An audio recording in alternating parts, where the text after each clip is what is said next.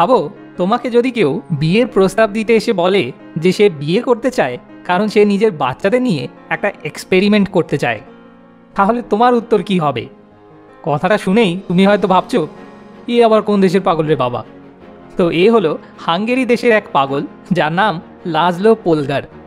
1965 সালে লাজলো বহু খোঁজার পর অবশেষে ক্লারা নামে একটি মেয়েকে খুঁজে পায় যে তার এই উদ্ভট প্রস্তাবে ফাইনালি রাজি হয়ে যায়। এবার প্রশ্নটা হলো, কি ছিল সেই এক্সপেরিমেন্ট?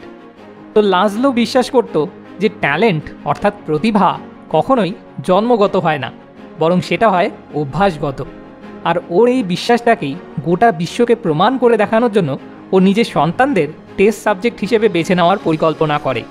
অনেক ভাবার পর ফাইনালি লাজলো নিজের এই এক্সপেরিমেন্টের জন্য দাবা খেলাকে বেছে নেয়।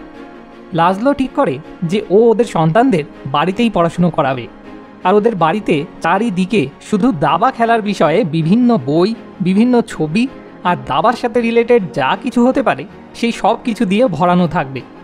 ওদের সন্তানরা একে অপরের সঙ্গে দাবা খেলে বড় হয়ে উঠতে থাকবে, আর তারপর ওরা পৃথিবীতে যত বড় চেস টুর্নামেন্ট আছে সেই সব কটাতে পার্টিসিপেট করবে। ওদের জীবনটা পুরোপুরি দাবা খেলার পিছনে উৎসর্গ থাকবে। পরিকল্পনা মতো বিয়ের কিছু বছর পর লাজলো আর ক্লারার 3 কন্যা সুজান, সোফিয়া আর জুডিথ জন্মগ্রহণ করে।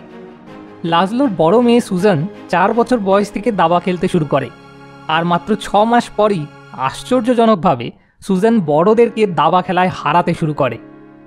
মেজজন মানে সোফিয়া তো আরও সাংঘাতিক কাণ্ড করে। মাত্র 14 বছর বয়সে সোফিয়া ওয়ার্ল্ড চ্যাম্পিয়ন হয়ে যায়, আর তার কিছু বছর পরই গ্র্যান্ড মাস্টার। আর ছোটজন মানে জুডিথ ছিল এদের সবার মধ্যে সেরা। মাত্র 5 বছর বয়সে ও নিজের বাবাকে চেসে হারিয়ে দেয়। মাত্র 12 বছর বয়সে ওয়ার্ল্ডের টপ 100 চেস প্লেয়ারদের মধ্যে নিজের নাম নথিভুক্ত করিয়ে ওয়ার্ল্ড রেকর্ড তৈরি করে। আর মাত্র 15 বছর 4 মাস বয়সে গ্র্যান্ড মাস্টার খেতাব জয় করে ইতিহাসে সব থেকে ইয়াংগেস্ট গ্র্যান্ড মাস্টারের রেকর্ড তৈরি করে ফেলে। আর আগামী 27 বছর অবধি টানা নাম্বার 1 ফিমেল চেস প্লেয়ারের টাইটেলটা ধরে রাখে। এবার তোমার হয়তো মনে হতে পারে যে আহারে বেচারা পোলগার সিস্টার্স, ওদের ছোটোবেলাটা তো নিশ্চয়ই খুব কঠিন গেছে, সারাদিন শুধু দাবা আর বাবা নিয়েই কাটাতে হয়েছে ওদের। কিন্তু যখন পোলগার সিস্টার্সদের এই একই প্রশ্নটাই করা হয়, তারা বরং উল্টো উত্তর দেয়।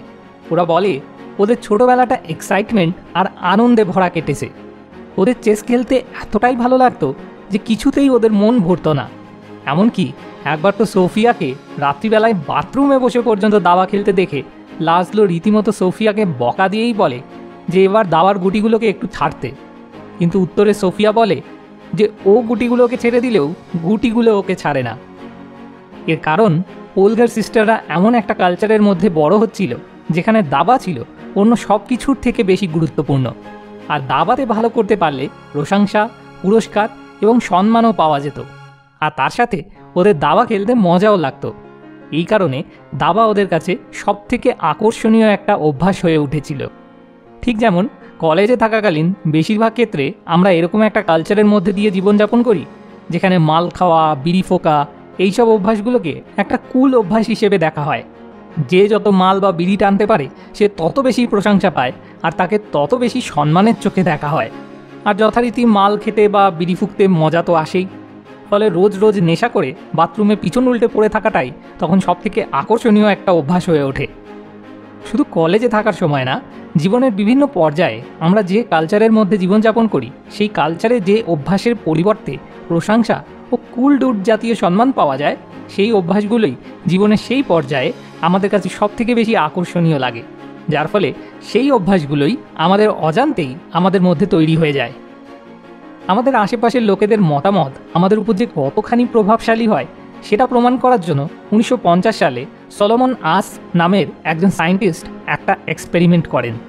এই এক্সপেরিমেন্টে প্রথমে একজন লোককে একটা একা ঘরে বসিয়ে এরকম একটা কাগজ দেখানো হয়, আর তারপর এরকম আরেকটা কাগজ দেখিয়ে জিজ্ঞেস করা হয় যে আগের কাগজের লাইনটা লম্বায় এই কাগজের কোন লাইনটার সঙ্গে মোটামুটি মিলে যাচ্ছে। মোটামুটি সবাই সঠিক উত্তরটাই দেয়। এরপর সেই ঘরেই এক এক করে বেশ কিছু লোককে ঢোকানো হয়, আর তাদের সবাইকেই আগে থেকেই বলে দেওয়া থাকে তারা যেন অ্যাক্টিং করে কনফিডেন্টলি সবাই মিলে একটা নির্দিষ্ট ভুল উত্তরকেই বেছে নেয়। তো যথারীতি এবার সেই গ্রুপকে প্রথমে এরকম একটা কাগজ দেখানো হয়, আর তারপর এরকম আর একটা কাগজ দেখানো হয়।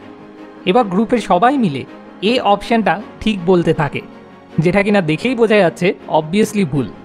কিন্তু মজার বিষয়, দেখা যায় 75% ক্ষেত্রে যার উপরে এই এক্সপেরিমেন্টটা করা হচ্ছে সেই লোকটা প্রথমে একটু সংকোচ বোধ করলেও অবশেষে গ্রুপের সবাই মিলে যে ভুল অপশানটাকে ঠিক বলে চুজ করেছে সেটাকেই সেই লোকটাও ঠিক বলে বেছে নেয়।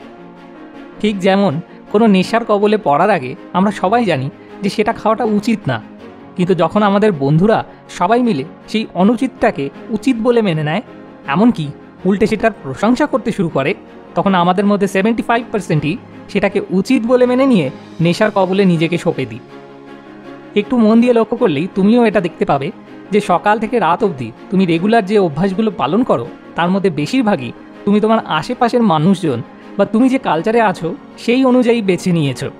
আর তাই যদি তুমি নিজের মধ্যে ভালো অভ্যাসগুলো বেশি করে গড়ে তুলতে চাও, তাহলে তোমাকে সেই মানুষগুলোর সাথে থাকার সবসময় চেষ্টা করতে হবে যাদের মধ্যে সেই ভালো অভ্যাসগুলো অলরেডি আছে। তো মোরাল অফ দ্য স্টোরি কি দাঁড়ালো? সৎসঙ্গে স্বর্গবাস আর অসৎসঙ্গে সর্বনাশ। আর যাই করো, সঙ্গটা কিন্তু একটু বুঝে শুনে চুজ করো। এটা তো গেল আমাদের অভ্যাসের উপর আশেপাশের মানুষদের কি প্রভাব থাকে সেটা। কিন্তু যদি ধরো তুমি ডোপামিনকে নিজের ফায়দা অনুযায়ী ইউজ করতে পারার উপায় জানতে চাইছো, তাহলে তার জন্য চালাকি করে তুমি কি করতে পারো সেটা জানতে হলে তোমাকে এই ভিডিওটা দেখতে হবে।